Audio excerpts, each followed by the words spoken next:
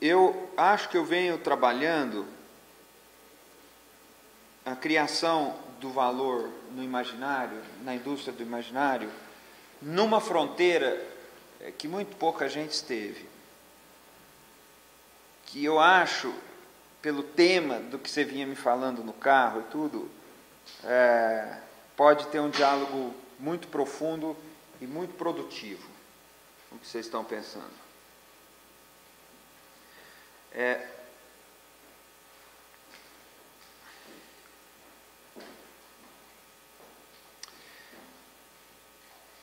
Eu queria falar um pouco sobre a mercadoria e sobre como a mercadoria é um signo e sobre como, no nosso tempo, o que se trata de produzir é muito mais o signo da mercadoria do que o corpo, a coisa corpórea da mercadoria. Nós vivemos num período, e por isso eu escrevi aquela história que o Capital aprendeu a falar. Nós vivemos num tempo que é como imagem que a mercadoria circula, e não como objeto corpóreo.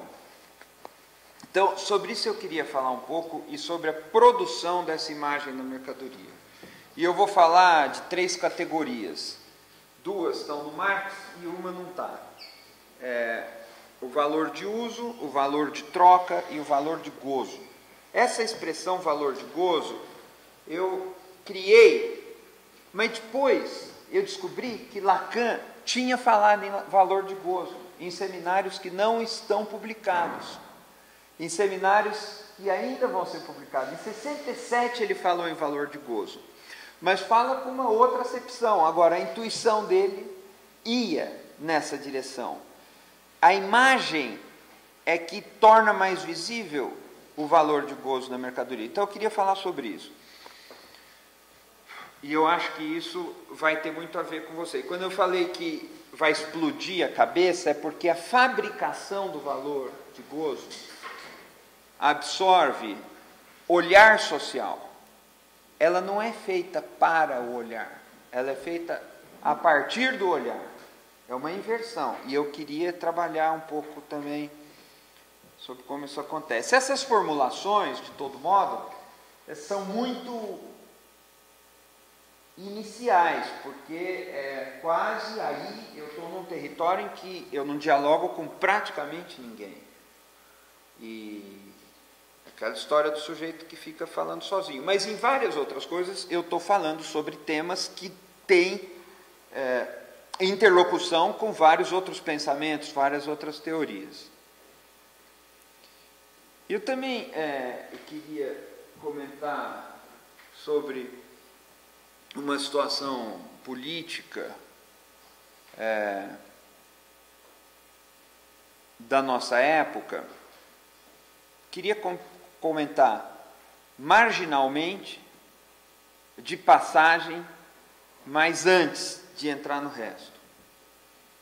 Eu estava hoje de manhã numa conferência de preparação para a grande conferência que vai haver no Brasil, Conferência de Comunicação. Vocês estão acompanhando isso aí? Conferência Nacional de Comunicação. E eu acho que o discurso político, que muito corretamente pegou...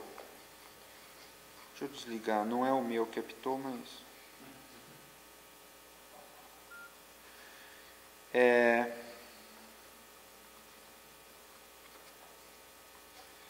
que muito corretamente aponta os fenômenos na economia e tudo mais, e que eu fico um pouco assustado com a incapacidade desses discursos de se atualizarem, né? Não prestou atenção no que há de opressivo no Estado. Nós ainda acalentamos a ideia de que o Estado vai nos redimir, de que o Estado vai fazer justiça,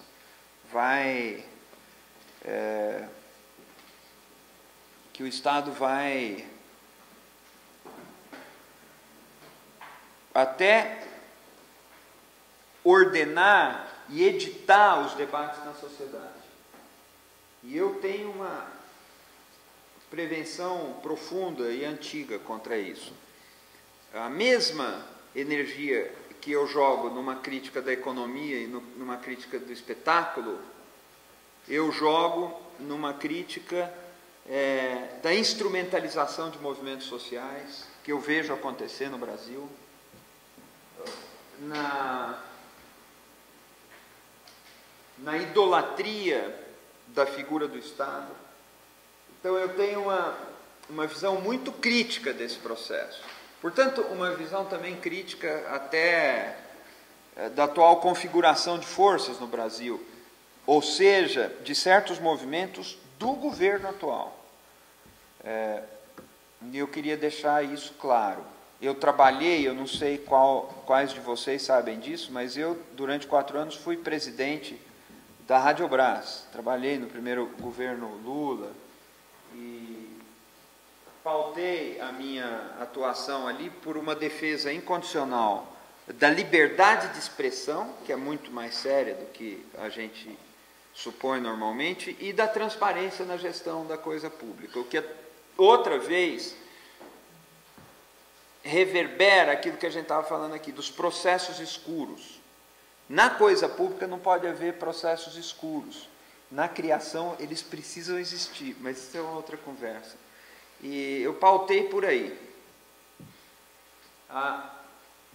E eu olho com muito cuidado esse negócio de os processos políticos abastecerem uma esperança de que o Estado fará por nós, de que o Estado editará os assuntos, ditará comportamentos.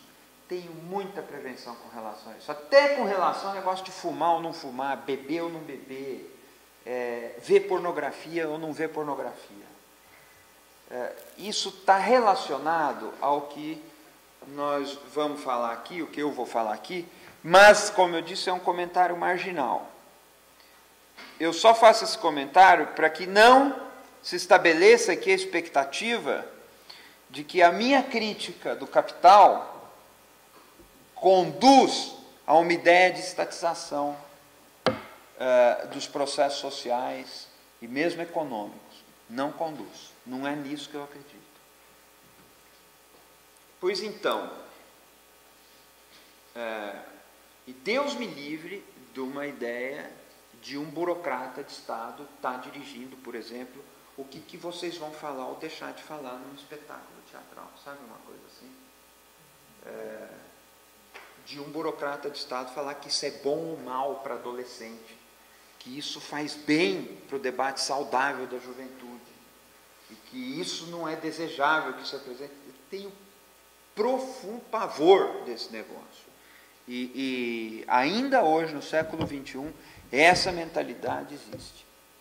Portanto, o que eu vou falar de crítica do espetáculo não é para ser entendido como uma coisa, vamos estatizar tudo que estará tudo resolvido.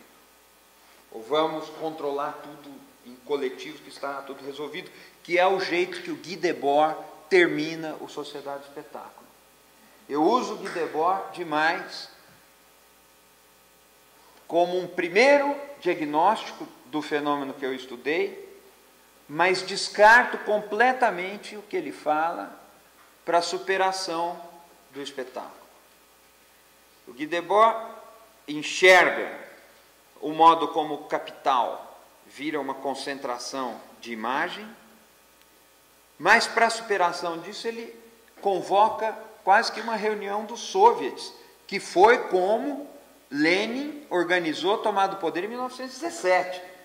Todo o poder aos soviets, os conselhos operários, que assumem o poder que tinha se esvaziado nas outras instâncias. Isso absolutamente não resolve e produz deturpações ainda piores. Pior que o espetáculo é o espetáculo estatizado. Enfim.